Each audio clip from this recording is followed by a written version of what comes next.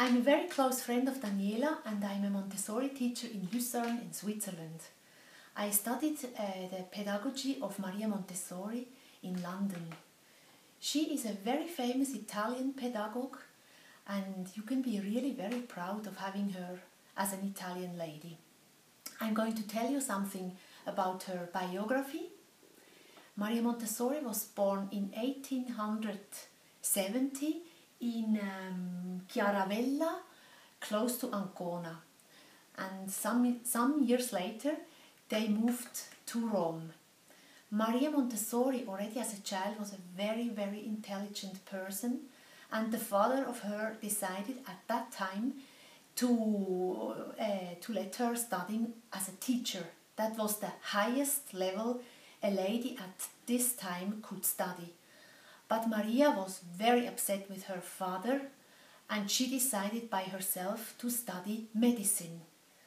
Everybody was shouting at her because it was not possible as a lady at that time to study medicine.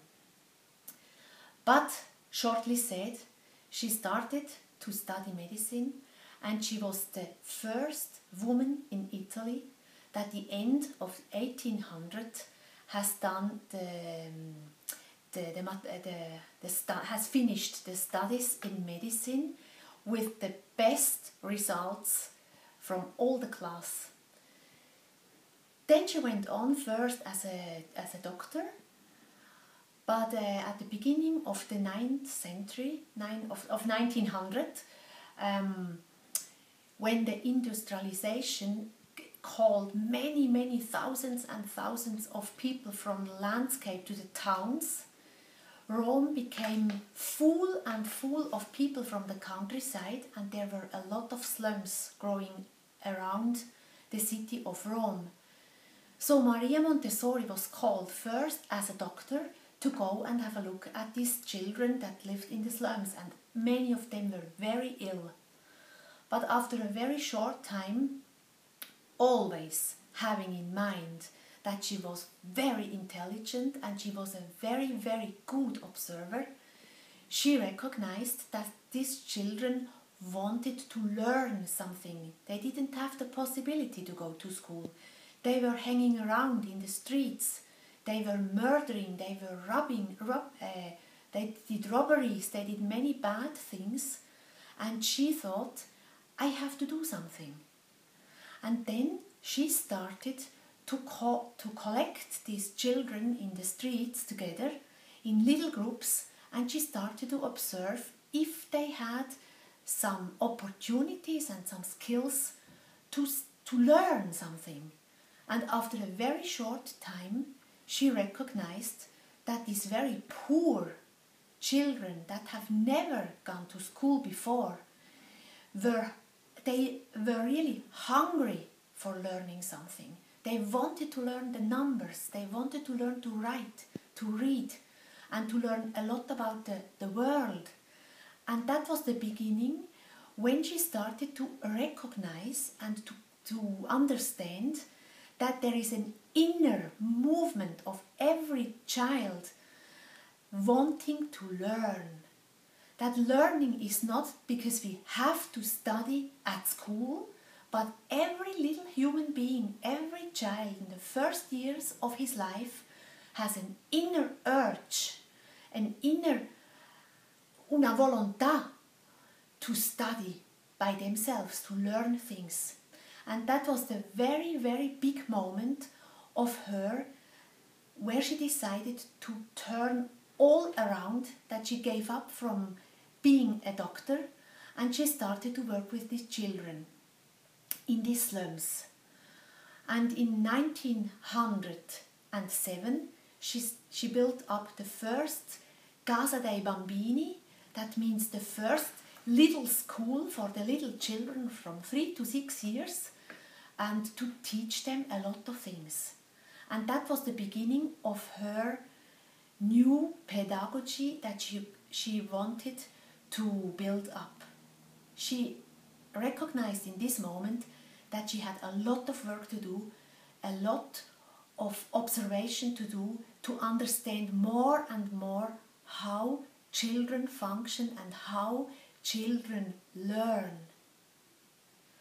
Then she went on, she had a big success. These poor children that everybody said they are stupid and they are bad children, they are just children from the slums. After some years, she became very, very famous in the whole Italy because she made tests with these children and they were sometimes even more intelligent than other children that had the possibility to go to school.